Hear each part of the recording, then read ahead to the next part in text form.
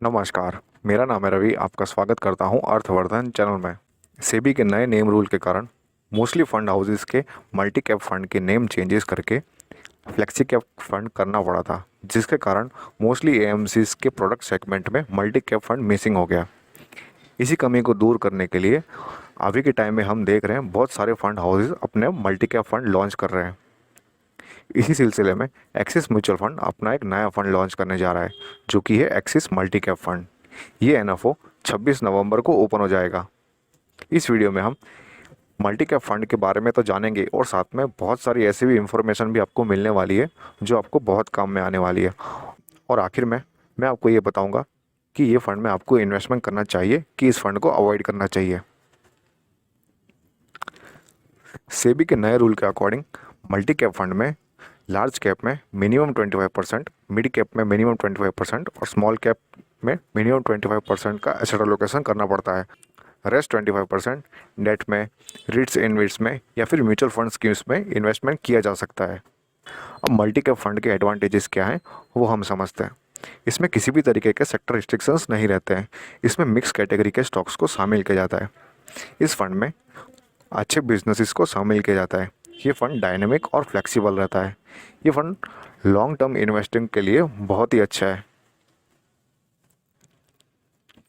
अगर हम मार्केट में already existing multi cap fund को इस फंड के साथ में कंपेयर करें तो हमें एक आइडिया आ सकता है कि ये फंड किस तरीके से परफॉर्म करने वाला है। इसके लिए हमने टॉप 3 फंड्स को यहाँ पर शामिल किया है, जो कि है PNB परिवास multi cap fund, Invesco India multi cap fund और प्रिंसिपल मल्टी कैप फंड। अगर इनके रिटर्न्स को चेक करें तो ये फंड्स ने एक साल में 64 से लेकर 69% का रिटर्न दिया है, 3 साल में 22 से लेकर 24% तक का रिटर्न दिया है, जबकि 5 साल में 17 से लेकर 18% तक का रिटर्न दिया है, जो कि हम कह सकते हैं कि ये बहुत ही अच्छा रिटर्न्स है। लार्ज कैप में ऐसी कंपनी शामिल होती है जिनका मार्केट कैपिटलाइजेशन 30,000 करोड़ से भी ज़्यादा हो। ये इंडिया की टॉप 100 कंपनीज में से होती है। मिड कैप कैटेगरी में ऐसे स्टॉक्स आते हैं जिनका मार्केट कैपिटलाइजेशन 10,000 करोड़ से ज़्यादा हो। इस सेगमेंट में इंडिया की 101 से लेकर 250 तक की कंपनीज शामिल होती है। स्मॉल कैप के सेगमेंट में 250 कंपनी के बाद की कंपनीज को शामिल किया जाता है। लार्ज कैप में ऐसे बिजनेस होते हैं जो कि वेल एस्टैब्लिश्ड हो। ये कंपनीज मार्केट में डोमिनेट करती हो और स्टेबल होती है। इन कंपनी के स्टॉक्स बहुत ही कम वॉलेटाइल और हाईली लिक्विड रहते हैं। मिड कैप कैटेगरी के सेगमेंट में ऐसी कंपनीज शामिल होती है जो धीमे धीमे एस्टेब्लिश हो रही हो। इन कंपनीज में हायर ग्रोथ पोटेंशियल ज़्यादा रहता है, लेकिन ये स्लाइटली वॉलेटाइल रहता है as compare to large cap companies, और इसमें लिक्विडिटी भी कम रहती है। और स्मॉल कैप सेगमेंट में ये हाई रिस्क कंपनीज रहती है जिसमें वॉलेटिलिटी बहुत ही ज़्यादा रहती है, लेकिन ऐसी कंपनीज में ग्रोथ पोटेंशियल भी बहुत ज़्यादा रहता है। अगर हम रिस्क वर्सेस रिटर्न को कंपेयर करके देखें तो हम यहाँ पर देख सकते हैं कि axis multi cap fund average risk और एवरेज रिटर्न देने की संभावना रखता है,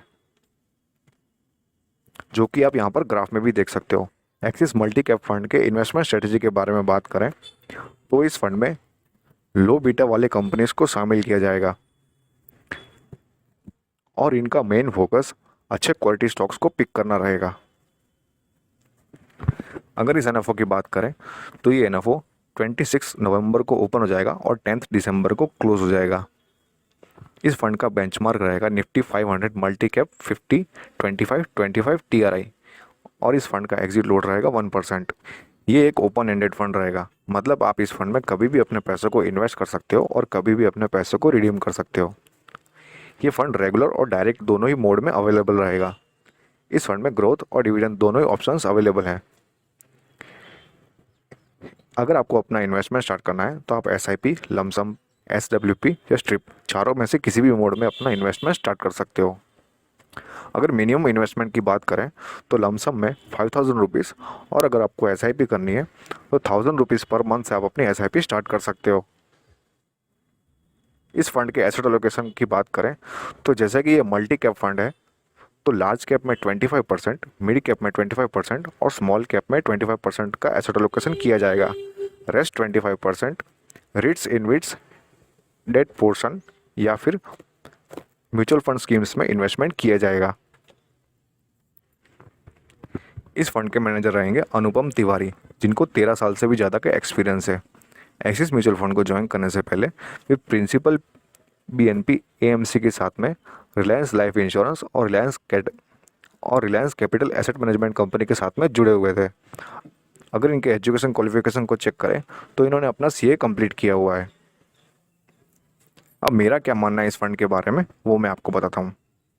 अगर आपको लॉन्ग टर्म के लिए इन्वेस्टमेंट करना है तो बेशक आप इस फंड में इन्वेस्टमेंट कर सकते हो। ये एक मल्टी कैप फंड की कैटेगरी होने के कारण कोई भी इस फंड में इन्वेस्टमेंट कर सकता है। ये फंड डाइवर्सिफिकेशन के लिए सही है, लेकिन अगर आपने फ्लेक्सी कैप फंड में इन्वेस्टमेंट किया हुआ है तो इस फंड को अवॉइड करना चाहिए, या फिर आप इस फंड के बारे में सोच भी सकते हो। अगर आपने फ्लेक्सी कैप फंड में इन्वेस्टमेंट नहीं किया है तो आप इस फंड में इन्वेस्टमेंट कर सकते हो। इस फंड के मैनेजर वेल एक्सपीरियंस्ड है। होप ये वीडियो आपको पसंद आया होगा। अगर ये वीडियो आपको अच्छा लगा तो लाइक करो, शेयर करो और सब्सक्राइब करो। Thank you.